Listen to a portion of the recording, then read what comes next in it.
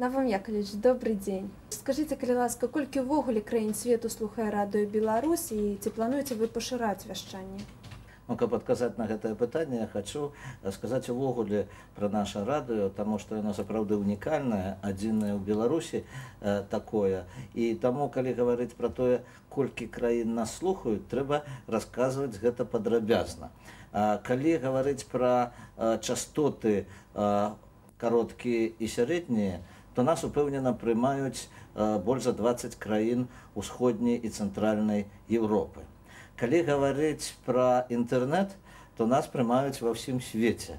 Круглыя суткі мы працуем, прычым 10 гадзін у рэжыме онлайн на англійскай мове і на іншых мовах, пра якія я потым скажу.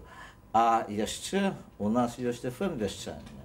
FM-вяшчанне знаходзіцца ў прыгранічных раёнах нашай Беларусі і стаяць 6 перадатчыкаў у Гродзенскай, Віцебскай, Мінскай абласцях. І нас могуць слухаць у FM, значыць, у машыне, у мабільніку, на тэрыторыі як суседніх краін з намі, так і часткова і ў нашай краіне. Мы працуем зараз на 7 мовах. Гэта беларуская, руская, англійская, нямецкая, польская, французская і іспанская. Вось я якраз ведаю, што параўнальна нядаўна з'явіліся ў вас две новыя мовы, гэта французская і іспанская. І таксама ведаю, што былі планы і на кітайскую, ці ажыццявіліся яны?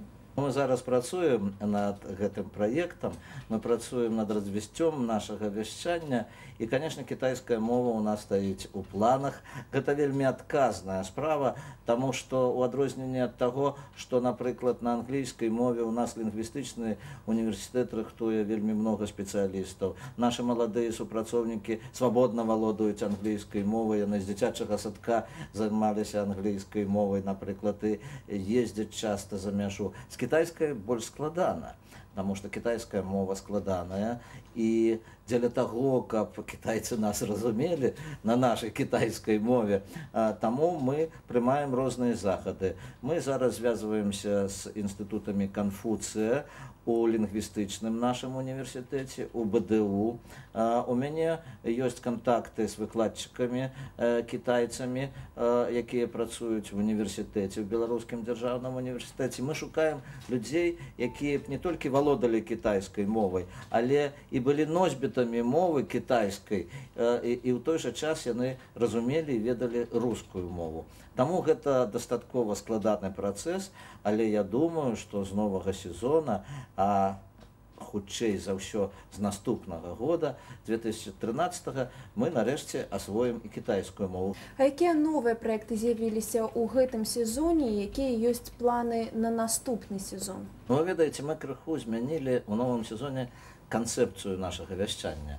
Калі ў большасці сваёй у нас былі такія аўтарскія праекты, гэта такія цагліны, з якіх мы складывалі нашы праграмы, то мы рашылі, каб наша радыё было больш дынамічным, каб яно было больш сучасным, каб яно слухалася, мы рашылі увесці мадэратарства.